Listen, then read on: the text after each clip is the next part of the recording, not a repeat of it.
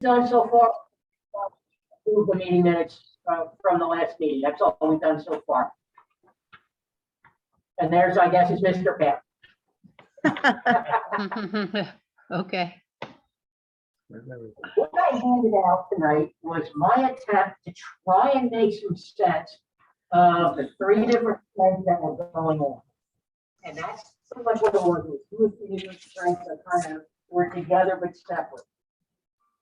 First page on the top that starts high off is actually the beginning, it's a double-sided, of what Brian submitted. And then the thread continues on what would be the front side. It has my name on the top. To go along with that page, he submitted a number of spreadsheets. He did not do any mapping, it was just spreadsheets. And those spreadsheets were in the order that he named them. The first one is the current, and then they just go in order. A, B, C, D, E, and F. Since these were PDFs, I did not go and handwrite anything. I was in a forwarded printing as it was before our county planning commission meeting this afternoon. So those sets of pieces go together.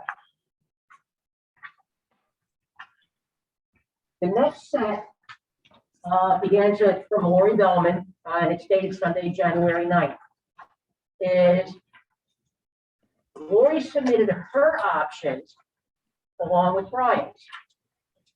The options that Lori submitted are contained on the maps, which would be her A, and then the spreadsheet, or I'm sorry, the first spreadsheet is what we have now, or I'm sorry, the first map.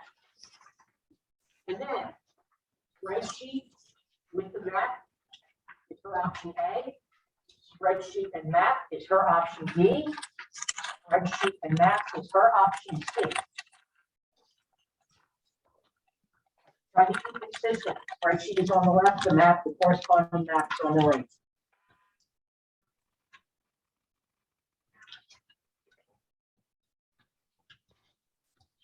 Following up with that, Lori had a follow-up submission. Okay, that has spreadsheet and what would be Brian's letter G that she came up with, and then combining C and D is the very last set, spreadsheet and map. The big changes there are the districts 3 and 4 on both of those there. And then finally, Tom had submitted some concerns, which I felt it would be appropriate to include that entire email because he does make comments on some of the other options and his thoughts on those.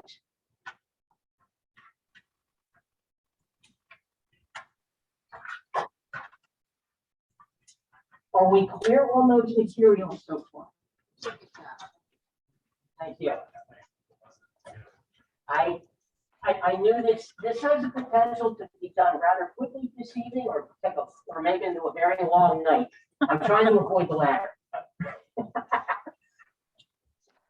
So with that being said, I sent a request out earlier this week that those of you who submitted proposals, if you would please discuss your proposals, just tell us about each one briefly, how the map works out, better for worse, what the major changes are, and why you feel it should or should not be considered.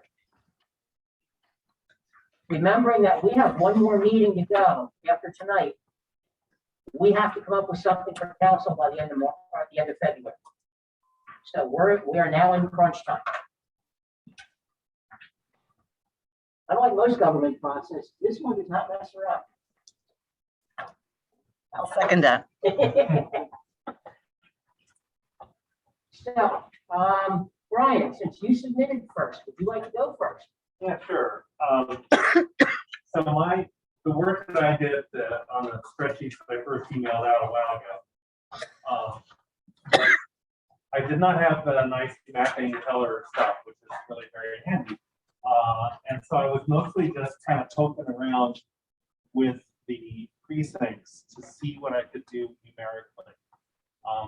And my goal was to minimize minimize the size of those error bars, that bar chart that we've got on all of these. If I can make all of those be 0, then everything's perfect, but of course we can't do that.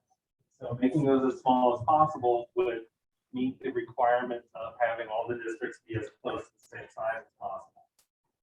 At the same time, I could pick and choose and make all 6 brand new districts or something like that to minimize those. But what I wanted to do was take our current existing 6 districts and perturb them as little as possible, because I wanted people to be comfortable that if they've been in District 4 or 2 or whatever, that most people still are. So the other thing I was looking at was the number of people who switched districts. So my A, B, C, D, E, F, or whatever they were, those were options that minimize the bars to lesser and lesser extent and minimize the number of people. I measured the minimizing the bars by standard deviation just because it's a number that statisticians understand. I only pretend to know how to spell it. But the smaller that number, then that's just a measure of how close those bars are to small. I found one option, which I called option B, which only moved 1 precinct, but improved the distribution somewhat. I found option A improved the distribution a little bit better, but changed more precincts. And then C and F changed more precincts. So that's what I just threw out for people to play with. And I was hoping that someone would take the spreadsheet, poke around at it, and that's what Lori did. I appreciate that we could communicate that way. Would we, at this point, would you like us to just ask questions of Brian, or do we wait till the end and then do it? I mean, I kind of feel like he's dismissing now because of email exchanges, some of the changes he made that I said I would object to, but that doesn't mean everybody would object to. So maybe can we talk about some of those options at this point? Absolutely, since, these are first up, you guys can be the guinea pig. What I would ask them, Brian, just to confirm for me, would you reiterate, A, it changed? So, could you do just A and B? Right. Give me your highlights again, please. So, right, A ended up with actually D had the smallest standard deviation, meaning that the bar charts were smallest, but there were 6 precincts changed. Looking at A and B, A had 3 precincts changed. 2 of those were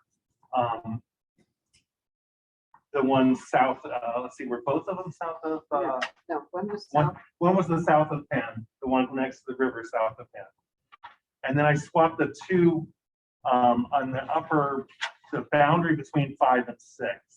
So the long, thin one along through Center Park that's 15-1 moved from 5 to 6. And the one across the top of 6, which is 14-5, moved from 6 to 5. That gave a pretty good distribution of population with 3 precincts changing. It still left District 4 kind of underpopulated compared to the rest. So that was A. Okay. I went to try and make it a little bit better. I went to B. I put basically the only thing on B is the one precinct 5-1, which is the south of Penn next to the river, is the only one that changes in that scenario in option B. And that helped some of the distribution. It didn't change any of the other districts, it just changed the distribution between 1 and 6. Okay. And then I was just playing more, B, C and D and E and F. I mean, E changes 11 precincts. I just wanted to see if I could move the population around, but that just changes a whole bunch of things. So that I wouldn't go for that one. That was one that I discounted in my original email. Your option D D. is your one with the least standard deviation, correct? Yes, that's correct. It has 6 precincts changing, Right. but the smallest standard deviation, meaning the closest to all the districts being the same. The most mathematically optimal, I guess would be a good way to put it. Of just changing precincts, a few precincts that are on boundaries between districts. That gave the best optimal distribution by changing 6 precincts. So, if you don't mind, I'd like to just kind of ask a question of the committee, commission, whatever we call ourselves. That, I responded to that in an email because most of those options where he's getting really close to a good 0 standard deviation took the part of the Center Park Historic District precinct and removed it from a single district, which both my husband and I really didn't think that would be optimal. There are issues that arise in historic districts, and particularly ours, which seems to be the most recognized and active and tries to stick to the rules as best as it can than any other historic district in the city, as far as I can tell. I mean, that maybe I'm not aware because I don't live in other ones, but I mean, I understand there are rules to be followed by every historic district, but I think Center Park tries to really stick to those rules as best it can. And when you take one of those precincts and take it out of a councilman's district and split it between 2 council persons district, to me, what it does is it makes 2 council people to be educated in what happens in a historic district and the issues that are unique to us that we have to deal with, and B, it either splits their advocacy or it can deter, or maybe it. Right, maybe 2 advocates are better than 1, possibly. I don't know. We've always been in the same. Now, then I look up in somebody else's district and say, oh, it's no problem because, this is a better way of thinking of things. So what I'm throwing out is, does anybody else see that as a detriment to break up? I mean, Wayne, you live in the historic district. So, does that seem like a bad idea, or is it a good idea? And if it is a good idea, I wish we would not just dismiss your option B. If I'm the only person that feels that way, then I feel it's worth discussion. Center Park is entirely in one district, right? Yes, it is now. Because I'm seeing like the 10th Street, the Callow Hill Right. is split as is French District as is Bank Commons actually. Right. So And 15-1, the long skinny one to the to the west, is not in the historic district. The historic district goes up to Robinson Street, which is that street.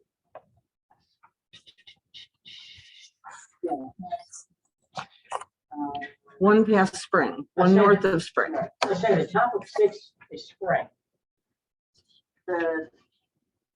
No, the top of 6 is not Spring. It's Oh, I'm sorry, you're correct. So you see the little diagonal street, everything that is in that big area that doesn't have any streets is Charles Evans Cemetery. Mhm. The historic district goes to the bottom of Charles Evans Cemetery. Right. So Robinson Street is the stopping point of the historic district. And it begins down at the bottom of 14-1. Now, it doesn't go all the way over to the railroad tracks, but it almost does. anyway, that's the history on that. Like I said, my opinion should not be what dismisses it, because it's interest, I like the way the standard deviation is, it's the best option so far of any, if that's a priority. And I'm gonna throw this to Linda and ask, could we actually get a solicitor's opinion? Under federal redistricting law, we need to look at the map. We need to prioritize the map. Under the charter, the language says that we can, we should, we may, I forget what the exact word is, consider neighborhoods, neighborhood issues, things like that. My question is, are we bound by what Ryan found with this option D, lowest standard deviation? The map works out the best?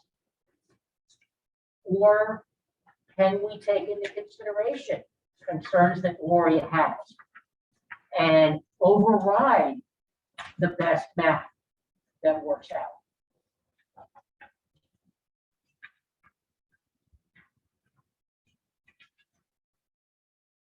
I mean, when we did this 10 years ago, we had two proposals, the map worked out best on one, and that's what we went with. And neighborhood issues were not necessarily considered the way they have been this time around. I don't want to dismiss one over another, but I want to make sure that we're doing the right thing. Here's my honest answer. My honest answer is we currently have two attorneys. Neither of them are familiar with any of this. So we may get a faster response from Cody Kaufman, who's the solicitor to the Board of solicitor to the Board of Elections. Okay.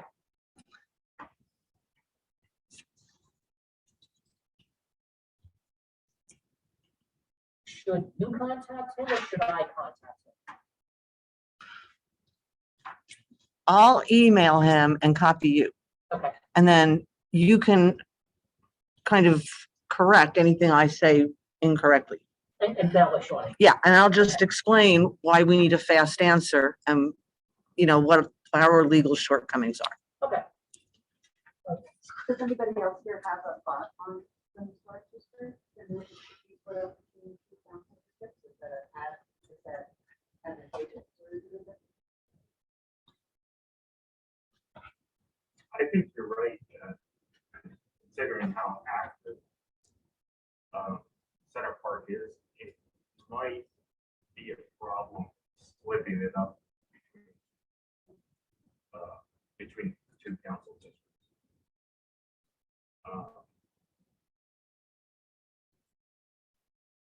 I can't picture it in my head how the map would look. That's what we don't have.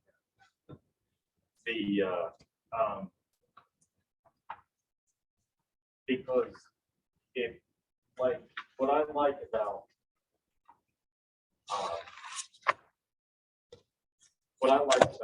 like, I'm looking at the map for Florida's option C. And what I like about that is that even though District 3 is being changed significantly, the beautiful thing about that is that you're taking that 9th Street corridor, which is basically all the same type of housing, and it's all R3, and you're kind of lining it up, and you're putting all of these people in an area that is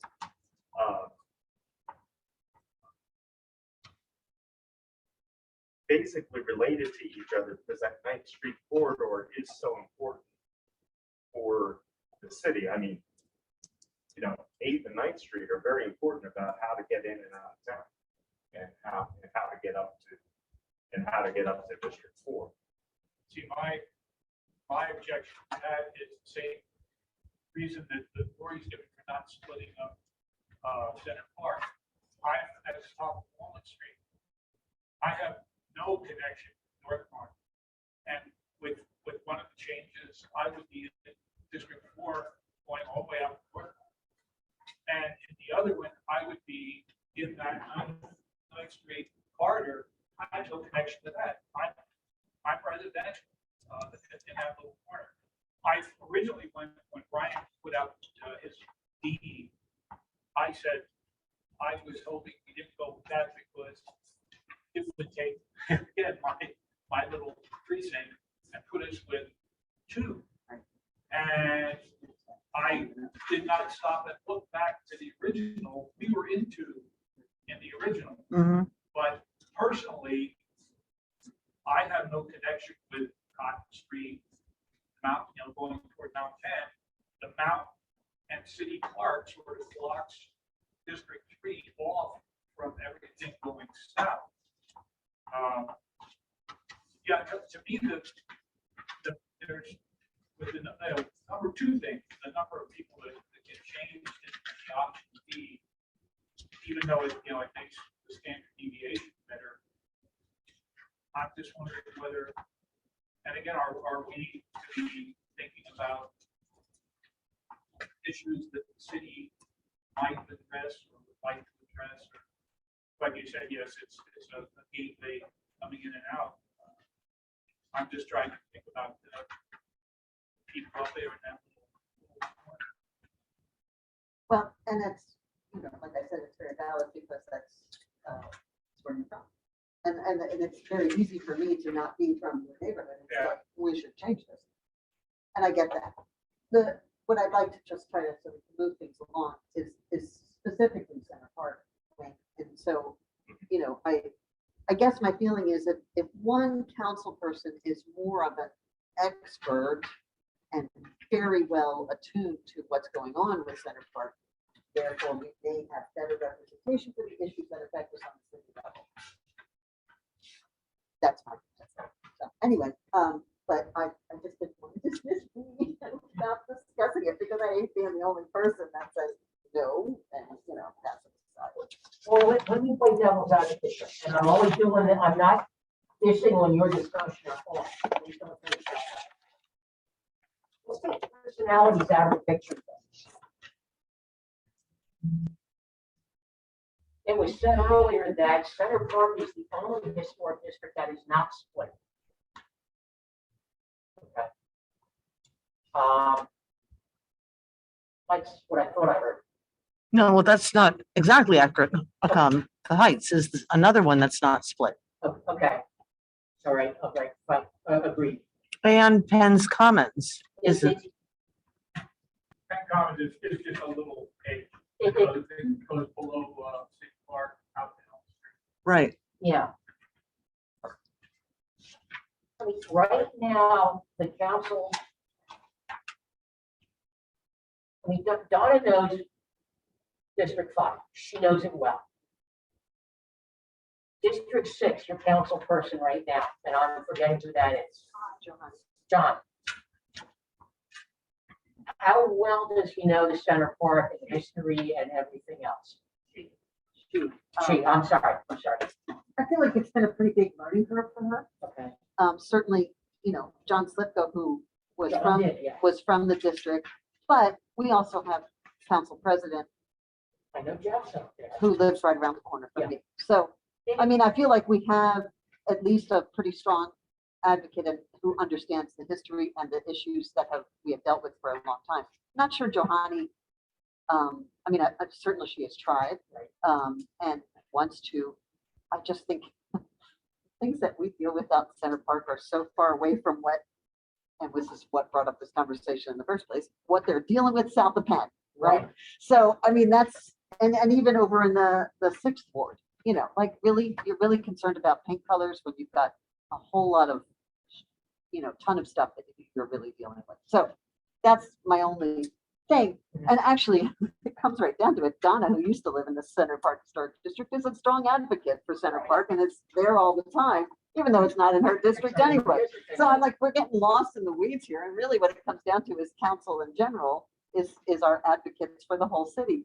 And maybe we're all just really thinking too hard about this, and it should just be a numbers game. So, yeah. And that's what I was driving at, is take personalities out of it. Those people that we know now on council who know the area.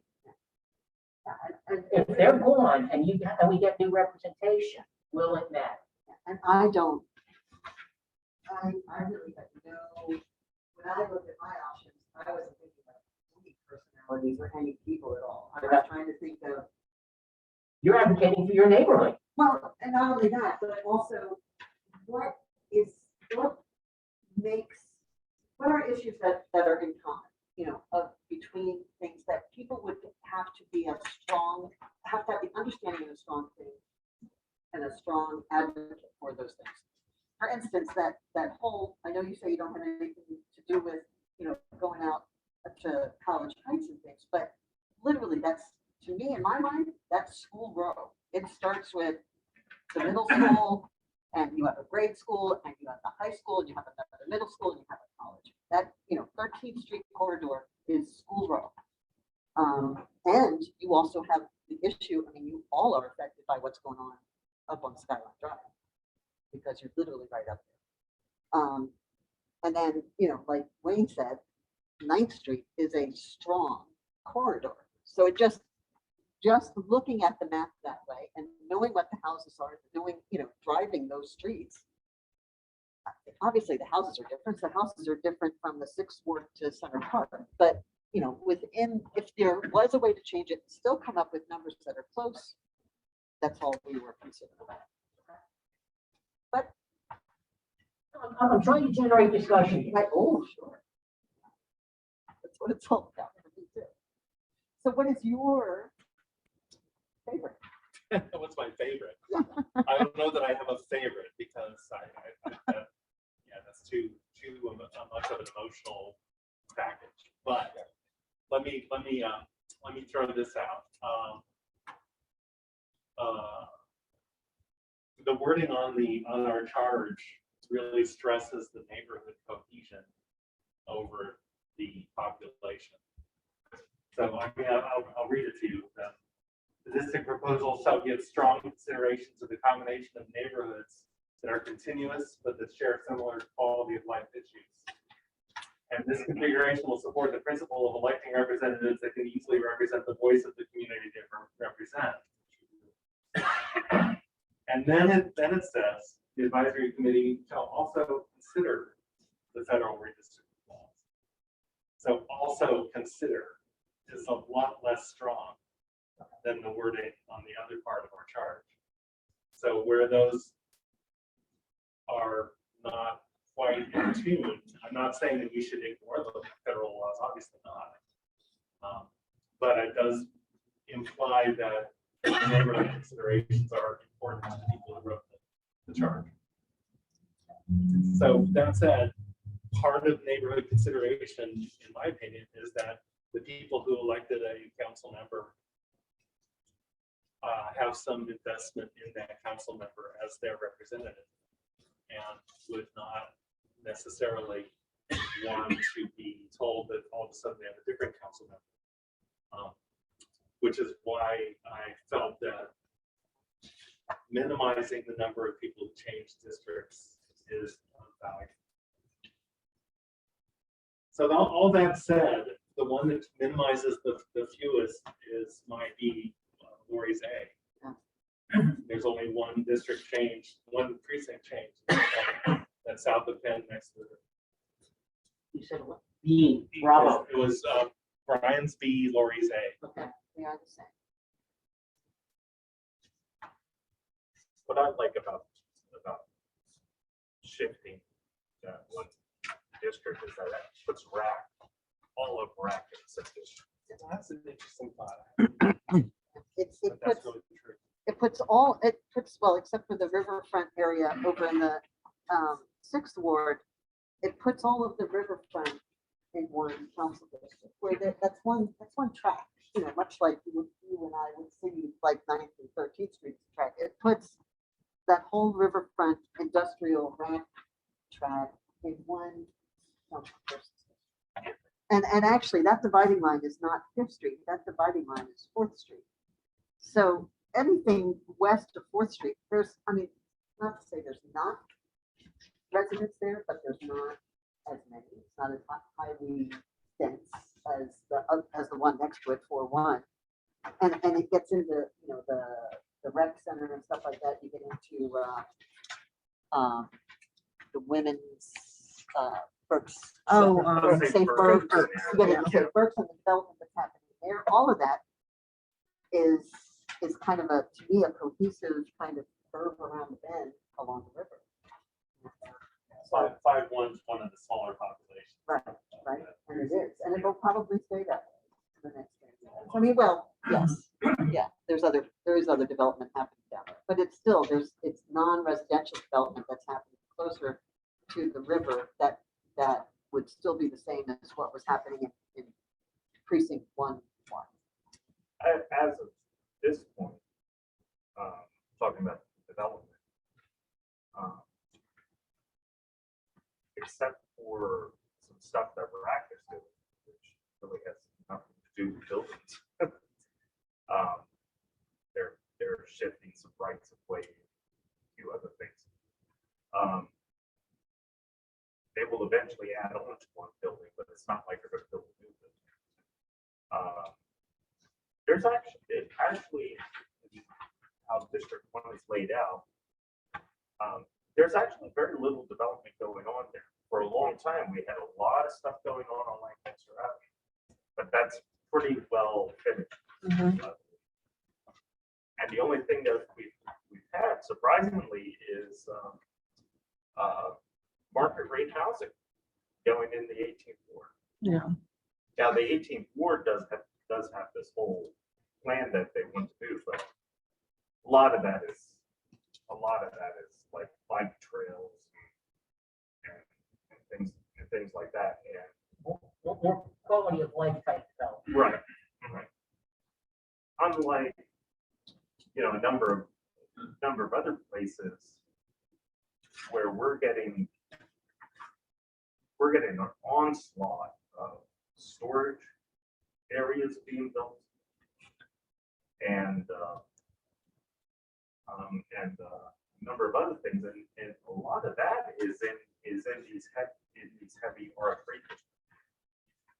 I think that, and the biggest plan that's come before us as a concept so far is actually Reading Station. When that's finished, that's going to be a mess. Because there's going to be 300 houses. There's going to be 300 units. Yeah. They want to build five residential. That outlet. Build out, yeah. Yeah. The old, This pair of Allen Edmonds shoes bought there many years ago. It's good quality. Yep. so Would be. so anyway, that's you know, talking about development wise, that's kind of what we're seeing.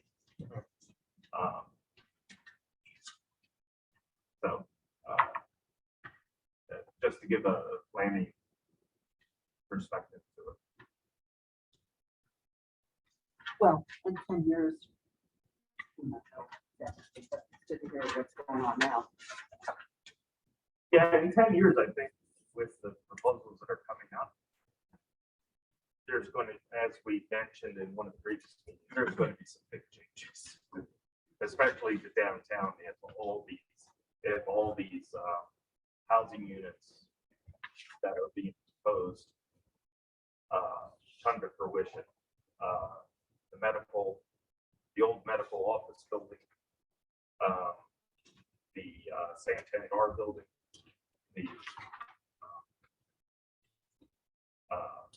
the old Meridian headquarters, the Wells Fargo building. If all of that comes through, that's going to be a tremendous change. But you know, we can't see it.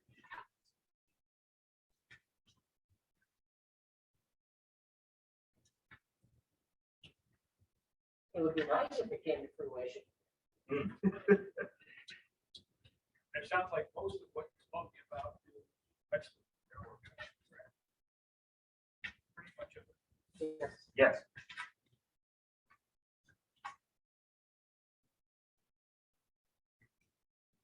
So city council may have to think about 8 districts instead of 6.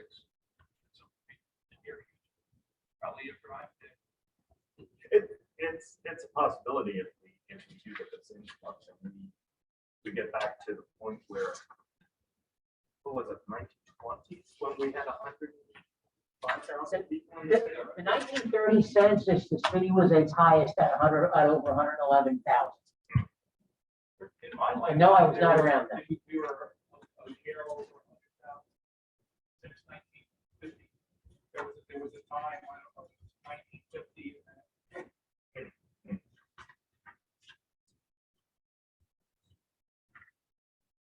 My comment there would be, that would have to wait until after the results of the 2030 census. Yeah.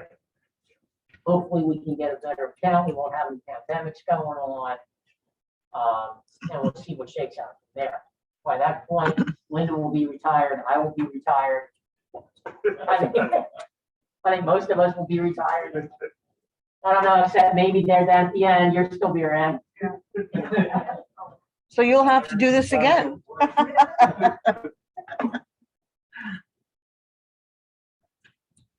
Okay. We heard Brian, we heard Lori. Do you want to go over your other proposals? I mean, we pretty much touched on it, but Okay. you know, we get it to the class, let's table together, so nice. Obviously, my option A, which it just gives you a pretty colored map. You see, the only thing that changes is that district down by here.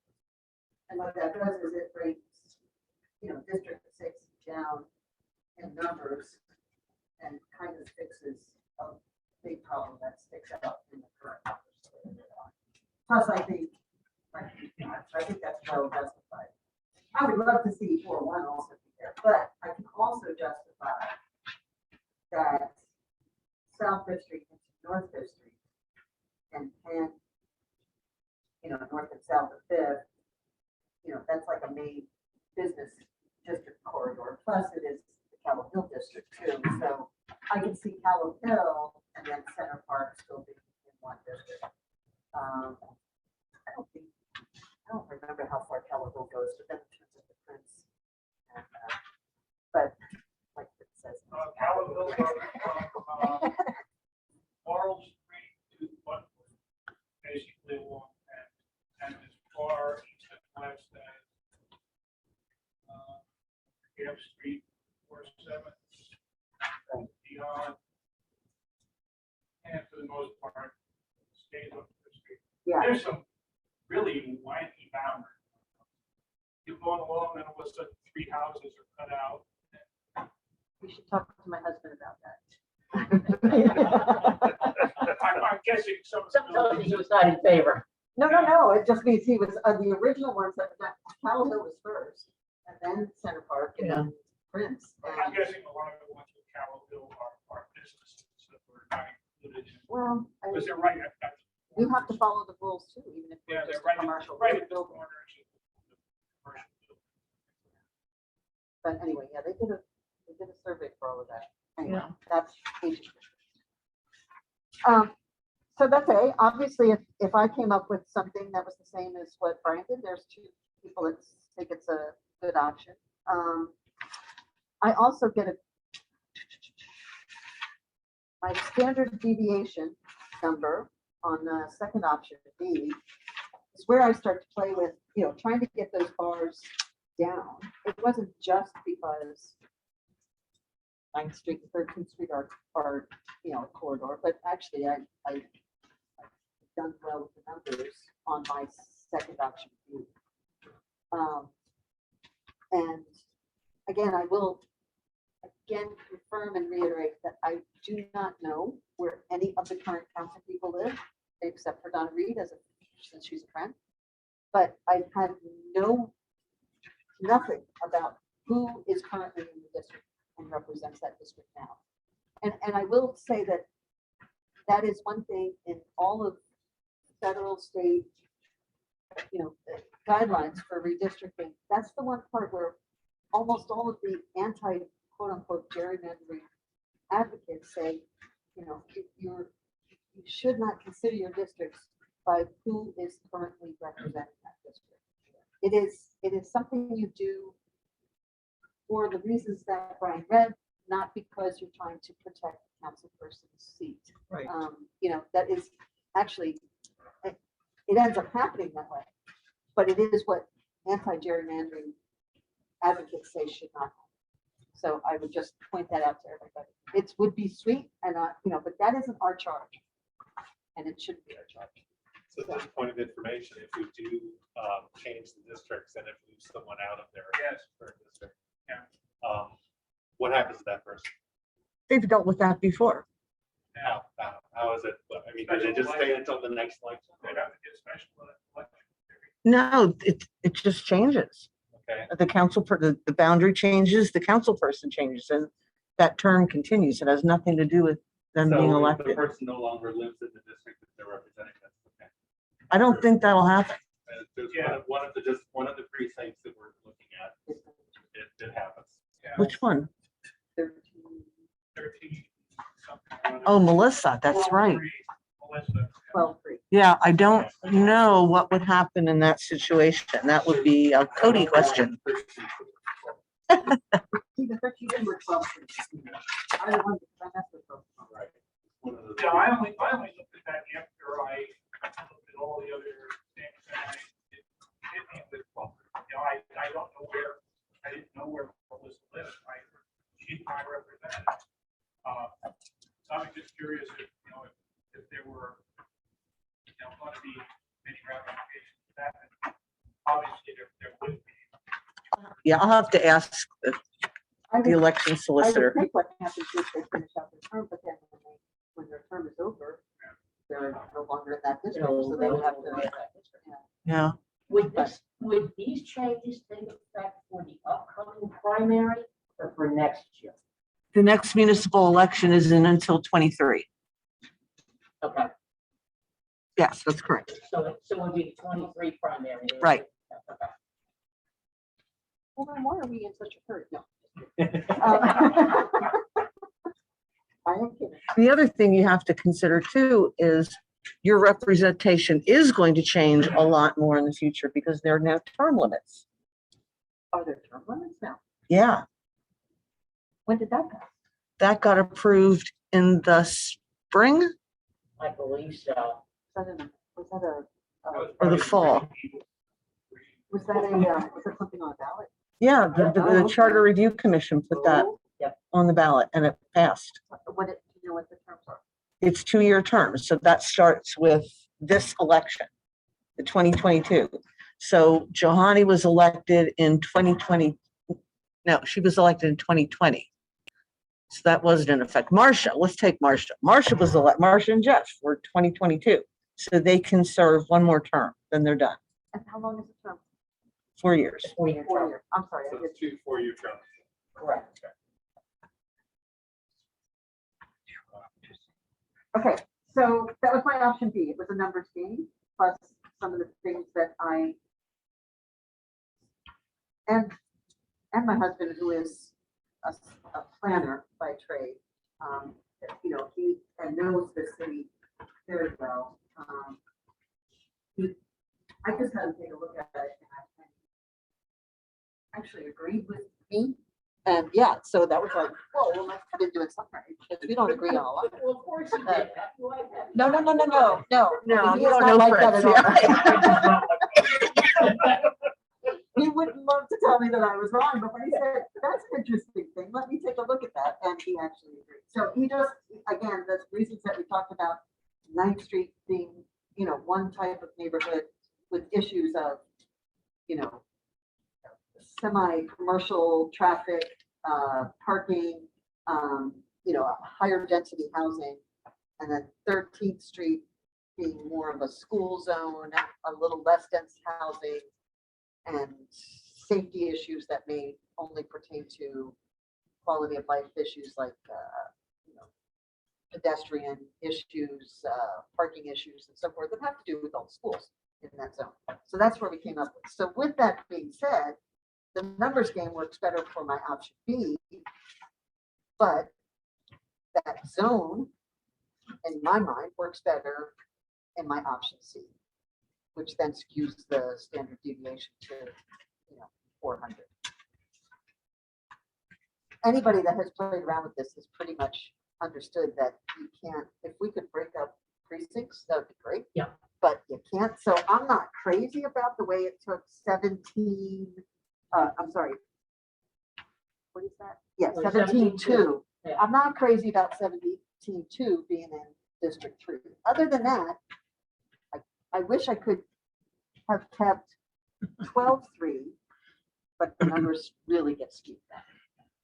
Brian brought up a point earlier though, when you look at your both B and C, you're changing districts on 11,300 and 14,600. That's a lot of people that are changing.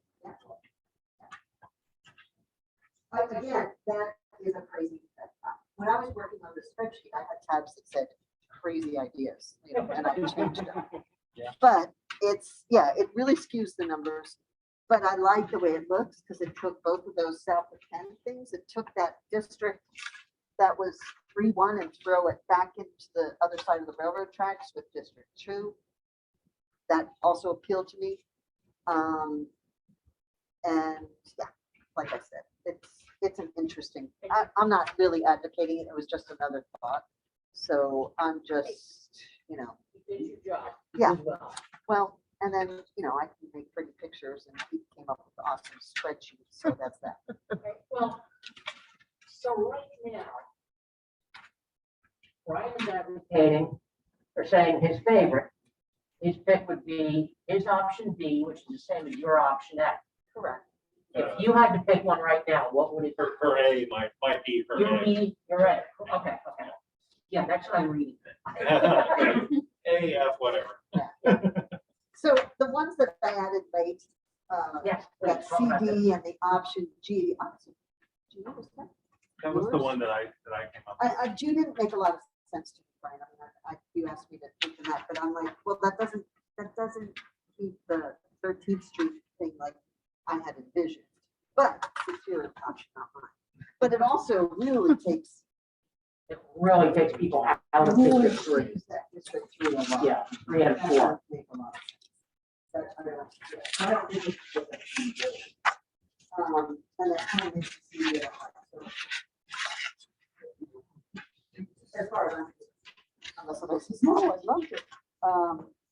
So for me, my favorite is my option C, but I'm happy with option A.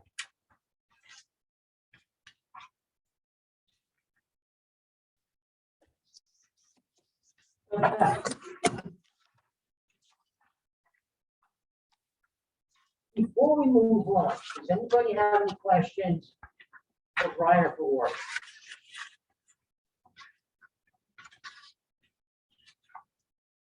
Because now what I'm gonna do is, What did you say your option was, your option?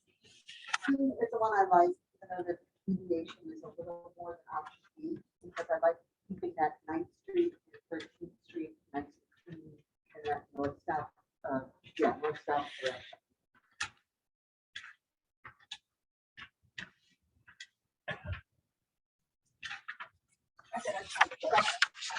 well, what I was gonna say now is, everyone else that is here, I know we've been going back and forth all night, but does anybody else have their own thoughts, their own opinions, their own stabs at it that we have not seen yet?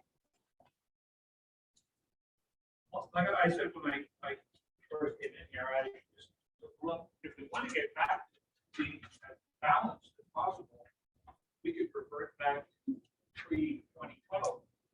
And we'd only have to move 16,000 people. If we went back to the original, Only 16,000. only 16,000, it would be like 1, 2, 3, 4, 5, 6, 7, 8 precincts would get moved around, and it would be very I have, 15,159 up to I have a tab. 16,2. But that would be, I think, drastic.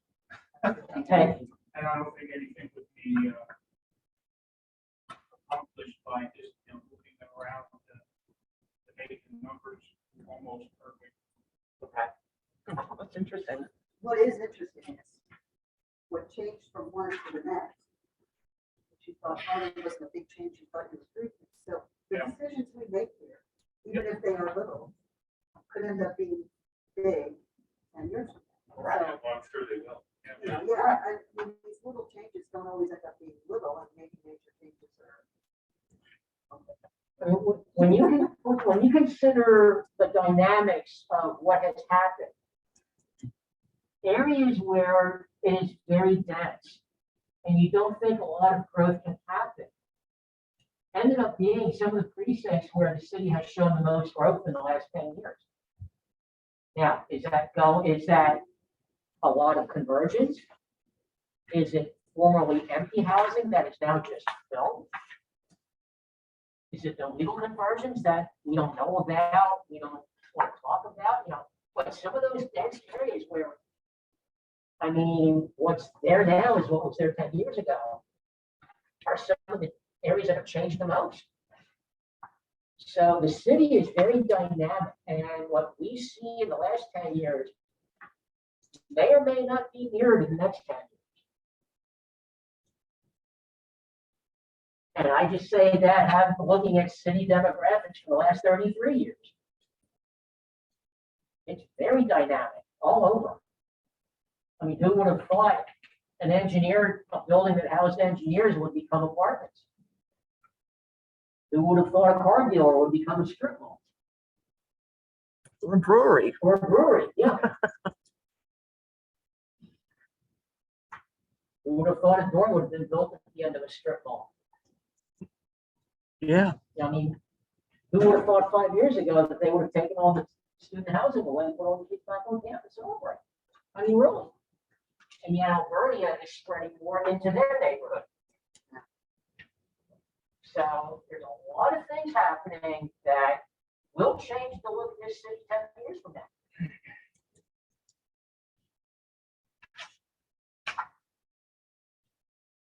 So I guess the question is, barring a legal discussion with a solicitor, would we be ready to make a decision and have something to give council tonight?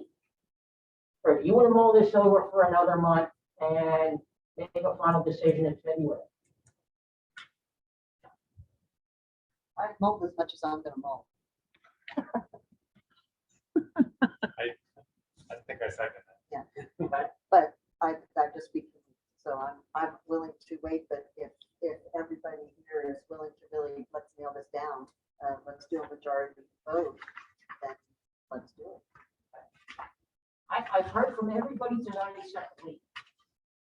That has me concerned.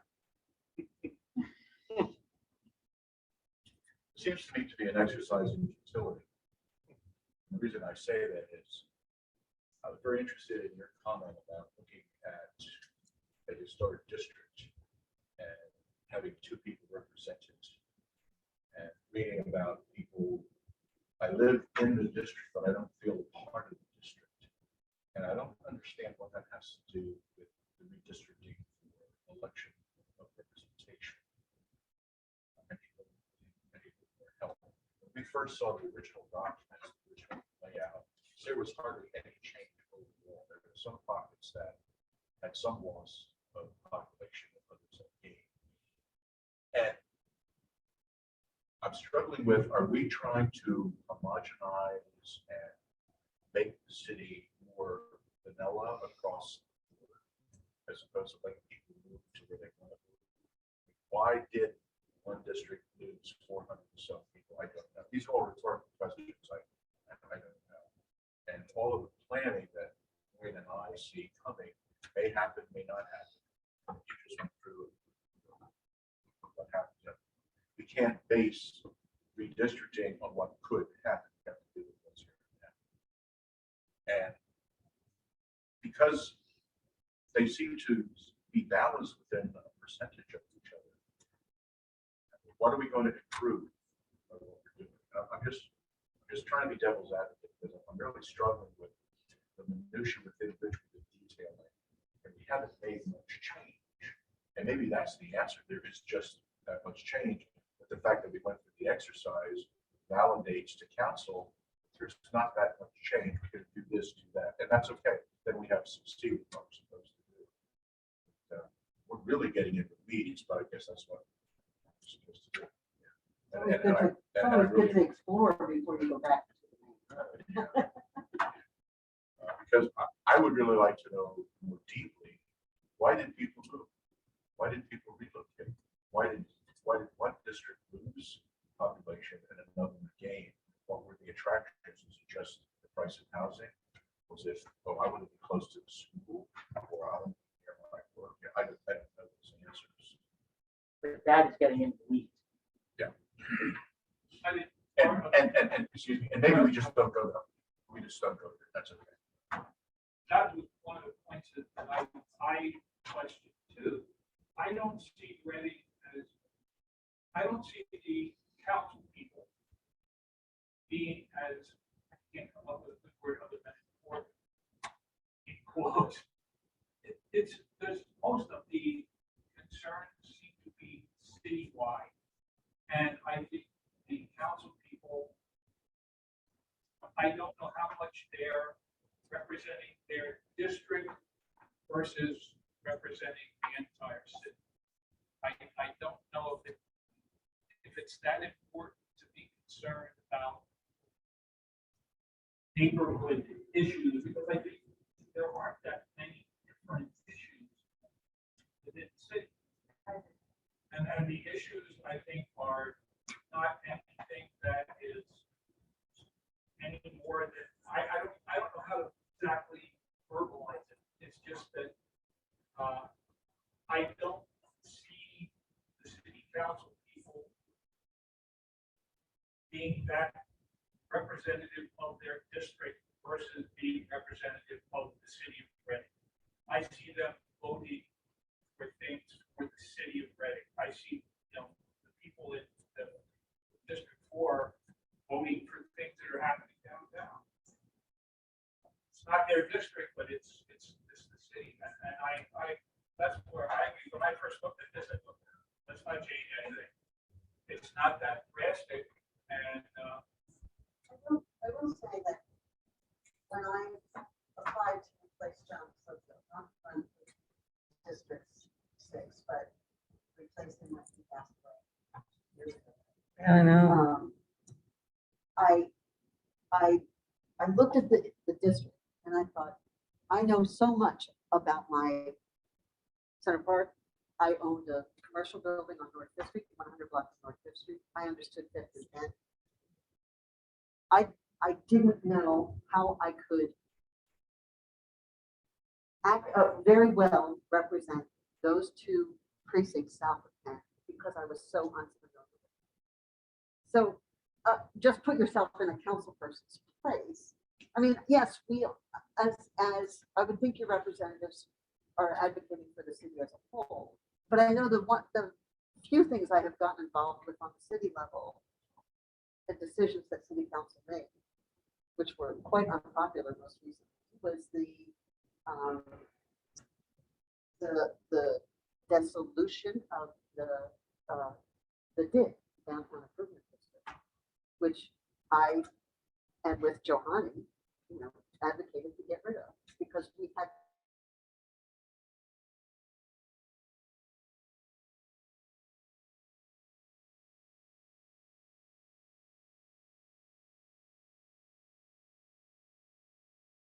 personal experience with getting buildings in that particular small area of the city. We were able to understand that issue better than other council people there. Much like I'm sure Donna understands things that happen out in Riverdale better than I can living in Center Park. And so that's what, that's why I'm from not being in, not living up where you do. I know that I've heard there's a lot of issues with things going on Skyline Drive in the summer that affects everybody right under the mountain.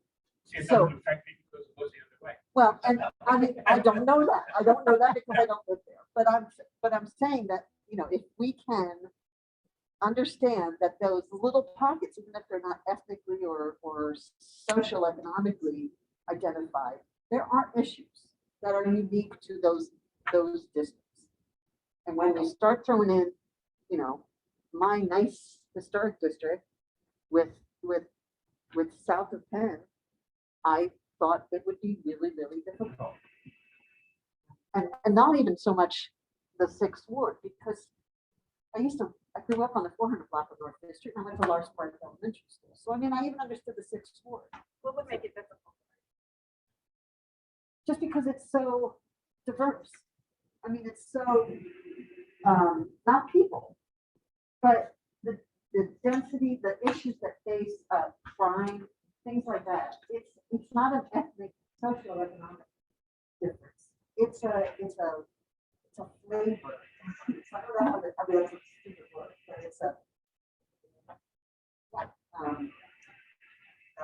just don't know anything about it. I did it, and I've lived in the city for 30 years. I don't know anything about it. I think it's fair to say, correct me if I'm wrong, please. Every single council district, the way they're laid out now, and I'll make sure I keep looking at the screen because I keep forgetting we've got people virtual with us here. Every single council district that we have is not homogeneous at all. Every single district has a mix of housing types. It has a mix of commercial types. It has a mix of roadway types. So I know what you're saying. I don't know how much weight that carries though, because every council district is, for as different as they are, they're the same. And obviously, maybe I was only looking at that from a personal level, like you said, you know, how different is it? It's different because I don't go south. So I would just throw out that south of Penn and Center Park, if they were the same district, they would be different. But south of Penn and with 18th Ward in the same district, they'd be rather different. It's exactly the same thing. So each council member represents 15,000 to 16,000 people spread over a sixth of the city. So this is going to happen. There's no way to carve out one homogeneous neighborhood and have 5 other districts also be homogeneous neighborhoods. It's not gonna happen. But that's what I was, you know, forward way trying to point out with my little thoughts. Growing up here in the 50s, the city was served by junior high school. Those 4 quadrants were different. Populations of the schools were all different, and then all of a sudden you got to Ready High School. And it was a lot. But things are changing. I mean, just by the fact that we have a majority Hispanic population, they're spread over the entire city.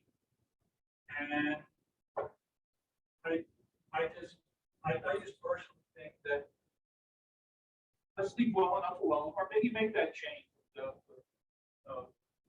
precinct that's south of Penn. That makes a lot of sense to include all of Rack and the riverfront and things like that. And maybe think less about getting a balance population-wise, because that could change in 2 years, let alone 10. I mean, we won't know until the next census, but I mean, things are going to be changing. I would be happy with the Brian B and Voorhees A or whatever the things are, or let well enough alone, just let it go. But that seems to be a move that that makes a lot of sense to me. It is the most disruptive of the options. But why do people move in the city? Is it because they want to be closer to the job, they got a better deal with the house, or it's closer to the vibe of wanting to live near Albright or near Rec? I don't know. I think in 1950 it was. That's what I mean. When you said Hampton Heights, boom, one thought came to mind. When you said Southwest, boom, one thought came to mind. And I taught it in most of those schools. And that was the culture. Plus, you had a white male administration forever running things who mostly lived north of Penn. Here and across the street. Yeah. So south of Penn just got ignored for a long time. Yeah. And I don't think it's our job to move things around. But like I said, I like that idea. I never thought of moving that one precinct because it includes Rack and the riverfront. To me, that makes, and if it means that the numbers, population numbers are off, so be it. It could change. They're all less than they would be. Yeah. Nothing.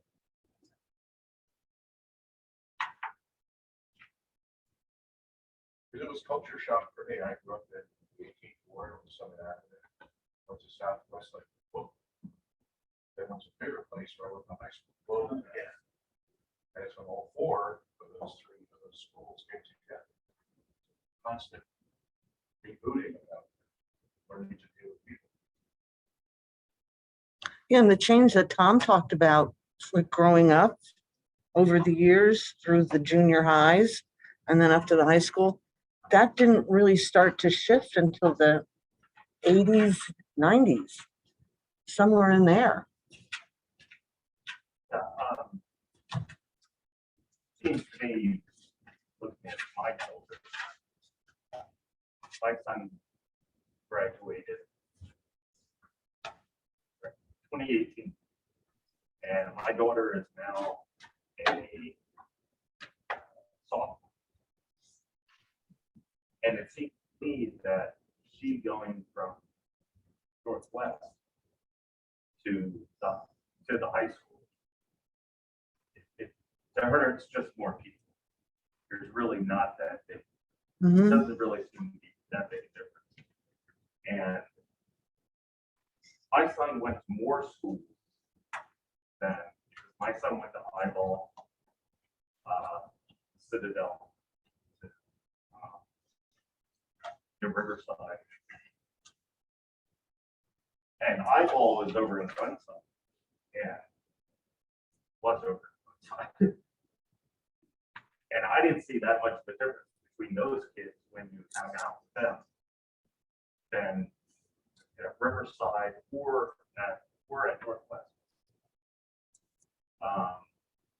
Yeah, there, that, from what I understand, I mean, I didn't grow up, but you know, that whole thing about the South Side where you have that Polish community, and then when I went to Albright in the 80s, you know, 10th Street, there was a vibrant Greek community. Most of those people are not there. You know, like my good friend Jim Canusis, right? He lives in Maryland, and I'm sure his parents are long gone. Whenever it was 70s or whenever it was all redevelopment, everybody failed of the city how to get out of town. And those of us that stuck, I'm happy to say I'm like president, you know, it was just so not, there was that big upheaval with redevelopment downtown, and people leaving and people getting arrested and charged with crime. When they were caught up with the mayor, the other mayor back on time ago. All right, I'm afraid we're getting off track. People are starting to clean things up, so I can take that hit. Are we ready to make a decision this evening? I would just like to throw out that I would find it difficult to justify in the future a zigzag kind of boundary between two. Okay. And representing District 4, which would be affected as much as 3 by that, I find that I would vote against that. Okay. Um, Living in 4 also, I'll put my 2 cents in even though I'm a non-voting member. I think I would also, I still feel that the fewest number of people can change the district. Good thing, maybe not the only thing, but that leads me to just advocate for my view, Lori's A, that just has the one precinct in that rack next to the river. Better, not the most perfect balance of numbers, but at least it's for us. So that's- I'm ready to vote for it. Okay. Norma, you have any comments? Pam, Or- Yes. Sorry. Is it my turn? I don't know. Yes, after going over everything, I think the one sheet that I really liked of Brian's was D. And the only reason, it's not the only reason, but I feel that he not only included all districts, they all had something give and take. And I think if you're going to go about numbers, which I assumed that, my assumption was we were here to do nothing but a numbers job on these districts. And I felt as far as what Brian produced, D was the best out of all of them. And that's the one I would go with. Are you saying D or? Is that D as in Bravo? or D as in dog, D as in dog.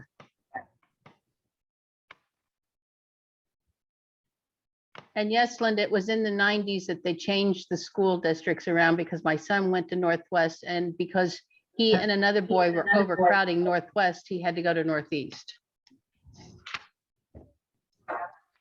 So all the kids out here in Riverdale go to Northeast now.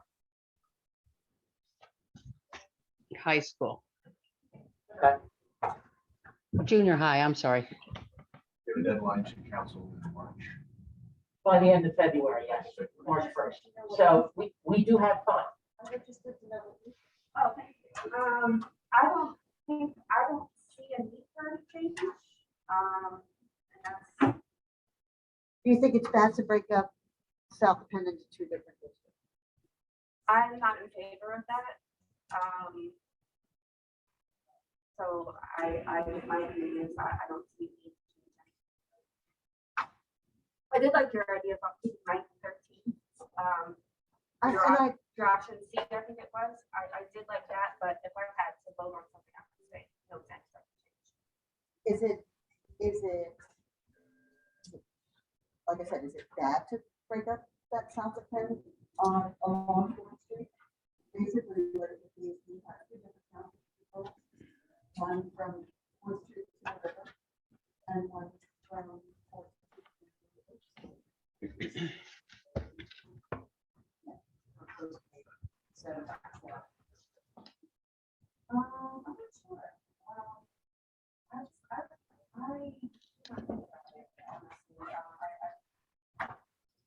think I kind of already have my mind is up here, so I have.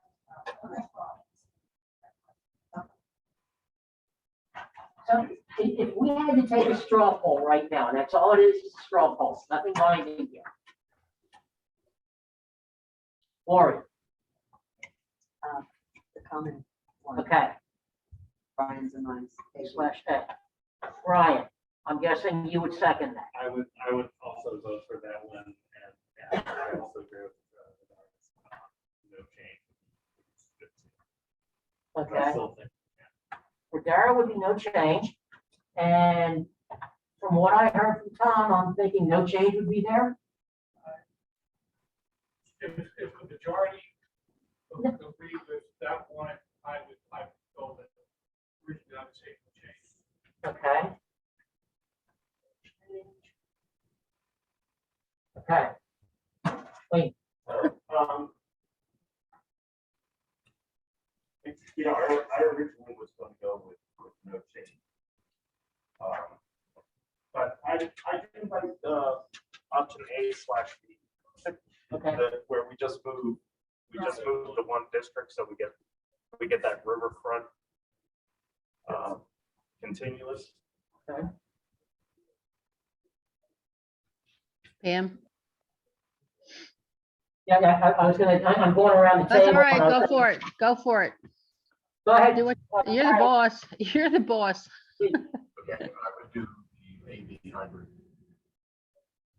Okay, and Pam, I would go with no change, and my second would be D for Brian, on Brian's page. all right.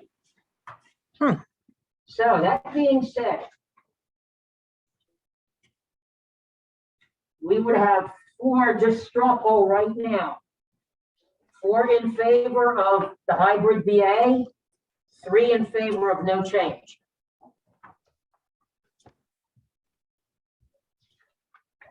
Now, do we want to, do we want to make this a formal vote, or do we want to take it out over another month to do some more deliberating?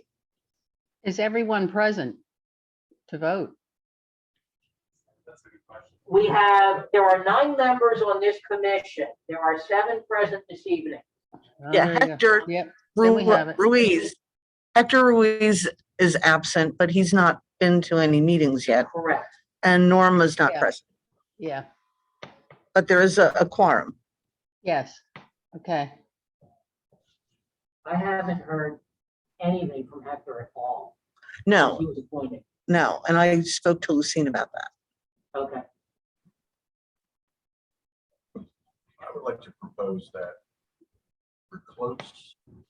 I think I'd like to have more discussion, give us another month to go over the AD and look at the no change, and come back and have some healthy discussion. They've all done a tremendous amount of research and work.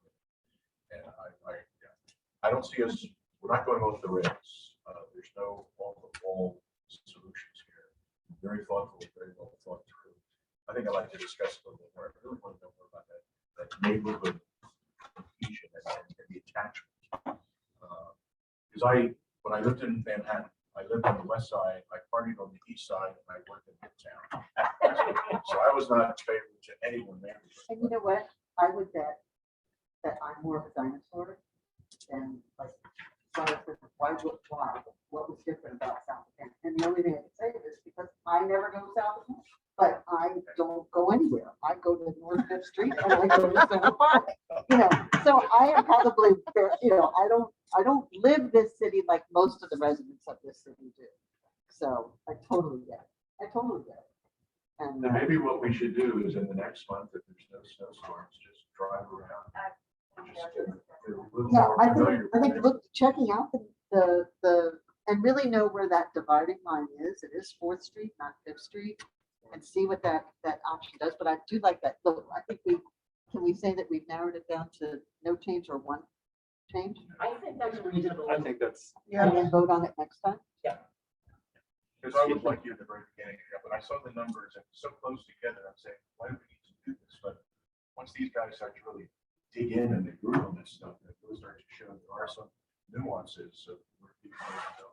I think we owe it to all of you to look at that. I think that's reasonable. If the group's in agreement to that.